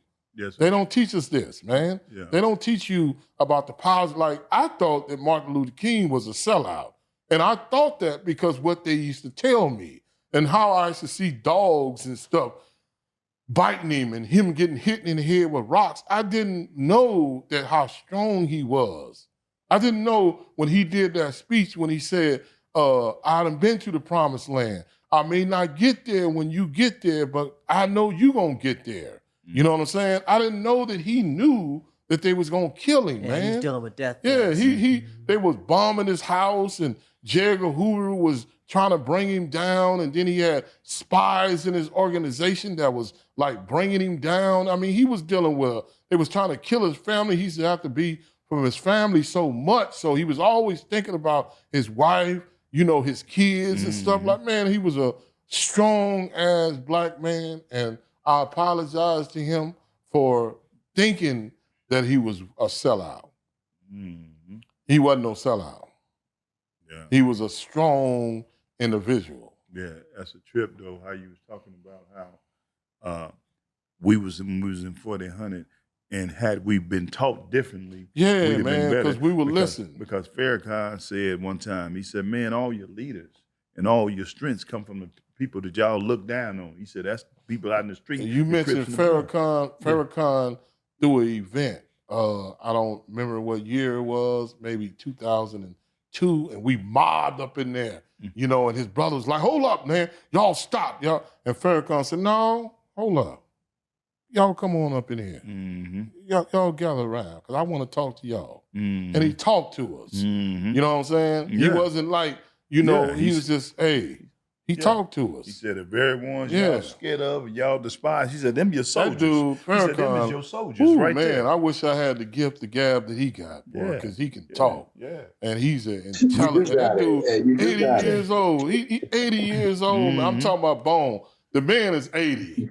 80-something, ain't he? Yeah. Man, that dude that dude's so goddamn intelligent, bro. I'm talking about on all levels. I'm talking about from a man to a woman perspective, just in general, the dude is brilliant. Man. And have you seen him or heard him play the violin? Man, the dude plays like... Bro, the dude is brilliant. I'm talking about, and I don't know too many brothers, besides like T.J. Jakes or somebody like that. T.D. Jakes, that can speak like he speak. You know what I'm saying? Like Farrakhan. But can't nobody speak like Farrakhan speak. Man. But like Malcolm X. Malcolm X was able to speak like Farrakhan speak. But the way Farrakhan speak, because the generation, Malcolm X wasn't alive when we went through a lot of stuff that we going through now. Right. But Farrakhan Right. can address like almost anything. But he does, man. He makes the commentator, them commentators or whatever you call them, Commentators. yeah. He make them look like little kids. He whoop them, man, verbally and humbly. That's what I mean. Because Like, he's so well researched. They be stuck and like, man, like to the point they like- don't want to invite him to the show no more. Like in other words, I'm out of my league. I don't know why y'all paid me to go over here to embarrass myself in front of this man because Right. he whoop him. And the first thing some of them do, especially in the audience, they turn red, get to crying. He's preaching hate. I'm like, the man ain't said nothing hateful to you. Right. You He's know, an your intelligent- emotions got you tired in a knot like that. And I think, you know, it's because the religious thing, you know, a lot of brothers don't, you know, assimilate to his practices because everybody ain't Muslim, you know what I'm saying? But as a speaker, a lot of stuff that he says is positive, strong, motivating, you know what I'm saying, for a black person to listen to. I think he's a great speaker. I mean, a great speaker, man. But, you know, like I was saying, And though, a lot of who else was people. you know who else was a great speaker to y'all? Who was that? Dick Gregory. Yeah, Dick Gregory. Dick Gregory was good. Dick Gregory Dick said, Gregory, hope. man. Hope? What the fuck is hope? You gonna hope that you go home tomorrow? Dick Gregory is only a great speaker if you got a good heart and you ain't got a nervous condition. Because he gonna cuss your ass out, Man. and you gonna feel If everything. you got he a say. bad heart, he gonna kill you don't- right don't there on talk the to him. spot. Yeah, because he ain't. Or you gonna have you trembling like a Ain't nothing nice you about gonna be it. shaking Yeah, like a Dick mini Gregory, bike. man. Like he just like aggressive with his understanding, but you know he come across with some great points too. You know what I mean? Yeah, But, yeah, he do for real. Oh, For my real. goodness. Yeah, you tell it like it is. I- He's not playing. I seen Pope brother, whoever he was, Dick. like I told you, don't go outside, and I come home and bust you outside playing. Get in there. I'm gonna need to talk to you. I don't want to hear your mouth. Shut Yeah, up. he remind me of Paul Mooney a little bit, man. I remember Paul Mooney say, "Yeah, man, I'm gonna come out with a movie, man. It's gonna be the last nigga on earth, starring Tom Hanks." I said, "Oh man, this dude crazy motherfucker." Did Like, you yeah, meet he Paul talk- Mooney too? How I met? Yeah, I met Paul Mooney. Wow. Okay. Yeah, I met Dolomite Paul as Mooney well, was my man. joke. Rudy Ray Moore. Yeah, Rudy Ray Moore. He's a funny motherfucker. We was at a movie theater. Snoop got invited, and Jamie Foxx had came, and Rudy Ray Moore was sitting on the end. Jamie Foxx's seat was right here, and Jamie was like, "Man, where my seat at?" And Rudy said, "Your seat right here." He said, "You can sit down. I ain't naked, baby." You know how he is, man. Yeah. Like, yeah, man. Yeah, I had the Yeah. opportunity to meet a lot of people, man. Yeah. Like, you know, a lot of people. Man, I sat next to Lawrence Fishburne on a plane, right? Really? Mm. Yeah, and he was like, "Hey, brother," he said, "Man, you know, you ain't said nothing to me, man." He said, "You the first person I ever sat by that didn't ask me a whole bunch of questions. Who you is?" I said, "My name Papa, man. I work for Snoop." And he said, "Oh, that's why you ain't asked me nothing, huh?" And I was like, "Yeah, man, I be around celebrities all the time." He was like, "Man, that's good, man. Yeah. Cause I get tired of people asking me all Yeah. kinds." He said he's talking to death. Every time they get on, he Yeah. start talking me to death, man. I was like, "Oh, yeah, all right, bro. Let me put these headphones Yeah. on, man." Yeah. But, yeah, he's a cool brother, Have man. you ever I seen met Danny Freeman? Glover. Oh, I met Morgan Freeman, old Vincent. Samuel Jackson. Danny Glover. Yeah. You know what I'm saying? Yeah. Yeah, man. A host of them. Yeah, I man. remember they used to tease me about old Morgan Freeman because he used to be on what's that Sesame Street? Yeah, Vincent yeah. the Vegetable Vampire. What? they used to call Oh, him. your name is Yeah, Vince. he How he old was he, Vince, when he was on there? Because ever since I knew him, I know I was like in the third or fourth grade, and he was on there then. Vincent, how old would you? Because he 80 something now. I think he probably was maybe in his late 20s or something. Well, oh, Yeah. so because I only knew him for when he was in a movie with Christopher Reeves when he was a pimp. No, That was man, like, he you know what I'm talking about? It was like 87 Yeah, or something. I'm yeah. saying that's when I Yeah, he go. knew who he I did, but Yeah. I remember somebody had brung it to my memory that he was on Sesame Street. Yeah, Vincent. And I was like, yeah, because I was so little when you was that age, man, I wasn't even born. You know what I'm saying? When you was Vincent that the age, I was Vegetable one, Vampire, man. He old, man. Like, that's because who I he thought was. he came around in his 30s. Nah, that was his handle, man. Vincent the Vegetable Vampire, man. Right. Yeah. Yeah, but it's been a cool session today, man. We went over a lot of good stuff, you know, but I like to end it with that understanding about, you know, the American colonization and everything that, you know, we lost then. You know, we when they got us in 1776, after that, we went to war for them. You know what I'm saying? We went to war for them again in 1865, you know what I mean? And then they really didn't free us because Juneteenth, they didn't even let the brothers in Texas know that they was free. Got all that free labor for 2 more years. 2 more years, man. And then brothers went out there and were like, man, what y'all still in the fields? What y'all doing on Juneteenth? That's how the holiday, you know, a lot of people don't know why the holiday is Juneteenth or nothing. But the thing is that some people in Texas didn't know they was free for 2 years. Mm-hmm. You know what I mean? So when they discovered they was free, that's where Juneteenth come from. Mm-hmm. Yep. You know what I'm saying? But we've been fighting a lot of wars, man. We need to fight this war to get ourselves together. You know what I mean? We always fought other people's wars, and we have got ourselves together before. You know, I can't say when I came to California, it was humane. It was good, man. It was like it wasn't no gang problems and stuff starting off. You know, it was like, you know, I had friends, a lot of them.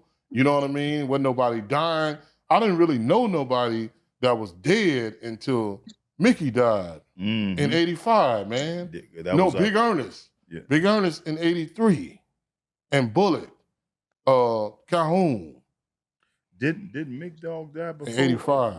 Oh, he died in 85. Yeah, but I'm saying Bullet. I'm talking about Big Dirty and them brother. Yeah, I he know. died. That was the first time like somebody you knew that I knew gone. that died. I didn't know like hundreds of people. I know hundreds of people that's dead now. I didn't know. I can remember the time I only knew like 2 people that was actually dead. You know what I'm saying? That's even in my family. Right. Like my uncle's just starting to die. I got 3 uncles that just passed away. One would be like 85. One is like 80. And one was like 77 or 75 or something like that. So, you know, I didn't know people that was actually dead, Bone. Like a lot of my homies wasn't dead, you know, in the 80s. They wasn't dead. You know, and then in the 90s, they really start dying. Like some of them was dead and I didn't even know they was dead. Like Fred was dead for 2 years before I even know Fred dog was even dead, man. Somebody came up there and I was like, how Fred doing? I was like, man, Fred been dead for 2 years. I didn't even know that, Vince. You know what I'm saying? Like, you know, like, but now I know death is so, now it's almost like, you remember back in the days when they used to say, he just got out. It was like a thing. You know, the homie just got out. Now when somebody get out, it don't mean nothing. Or he found it and got out of it. Did he stop going back? Right, that's what I'm saying. It don't carry as much as weight as it used to. But I didn't know too many people that was dead. You know what I'm saying? But now death is among us. It's natural to hear, oh, he or she died. You know what I'm saying? Yeah. I don't know if that's because of our age, you know, because a lot of stuff is age related too. It's like a lot of stuff that you didn't notice when you was young. When you get older, you start paying attention to it. You know what I'm saying? I think it's a little bit of both. Our age, you know what I mean? Because people have been around a long time. You know, our peers now, different age, you know what I mean? Right. But when we was young, it was, you know, you see somebody that's 13, 14, 15 years old get killed. That was a big thing for us because, you know, you didn't see cats that young just dying at an alarming rate. You know what I mean? Yeah. Yeah, but yeah, man, we going out there. We want to see you. You know what I'm saying? We in your town. We want to holler at you. We want to get this round table formulated. You know what I'm saying? And bring a lot of good things back with us. You know what I'm saying? We come back, start some pop-ups. You know what I mean? I love that. You know, do some stuff like that. Try to, you know, work on getting our problem center. You know what I'm saying? See if we can get our problem center. You know, so kids can come in with whatever issues they have. They can discuss it with us, get us like little computer classes or, some type of work programs or something dealing with the community. You know what I'm saying? Just so we can get back in with the community. So I think that'll be a great thing. And I look forward to working with you brothers, again on this great podcast. And I'm gonna miss it, man. I'm gonna miss it when you're on tour. you know what I'm saying? I'm going to sign off saying salute as always. You know what I'm saying? Reach one, teach one. That's what it is.